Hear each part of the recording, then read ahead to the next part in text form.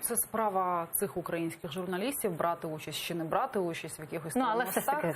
Це вибір кожної людини. Я хотіла сказати, що пан Гудков правильно зауважив, що телемости не з'являються в безповітряному просторі. Вони з'являються як наслідок потепління і в відносинах між країною. Зараз ми не спостерігаємо такого потепління, і телемости з одного боку, в яких брав участь Володимир Познер, з американського боку Філ Донахью, вони відбулися на тлі зустрічей радянського генсека і американського президента. На той момент було вже декілька персональних зустрічей Горбачова і Рейгана.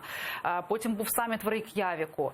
Це не була ініціатива знизу, як зараз нам намагаються це пояснити. Зрештою, ініціативою знизу назвати марафон телеміст на федеральному телеканалі язик не повертається, тому що на федеральному телеканалі нічого не відбувається без відома держави. Це не просто так, як в нас суспільне, там є якісь журналісти, в них є різні ідеї, і вони можуть запропонувати. І немає незалежних телебачень. Це дуже регламентований телеканал, на якому, щоб там працювати, ти повинен бути там тричі, там чи більше перевірений, ти повинен бути людиною надзвичайно лояльною.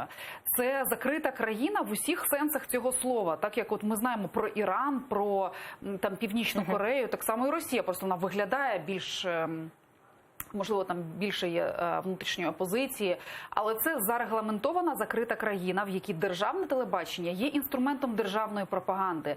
Воно не є продуктом творчості якихось красивих, талановитих журналістів.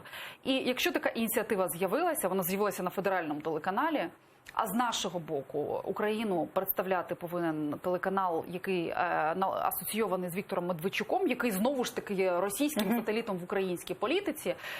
Це виглядає як продукт Російської держави, Російської Федерації. Спільний інформаційний продукт, націлений на те, щоб народу там обох країн сказати, як сильно ми всі хочемо цього примирення, і нам потрібно переступати через особисті образи, через смерті наших друзів, через смерті наших родичів, там батьків і так далі, і спокійно рухатися далі в переговорний процес, купувати знову дешевий газ, залежати від нього, будувати знову ці всі системи васальної залежності, які в нас вибудовувалися десятиліттями.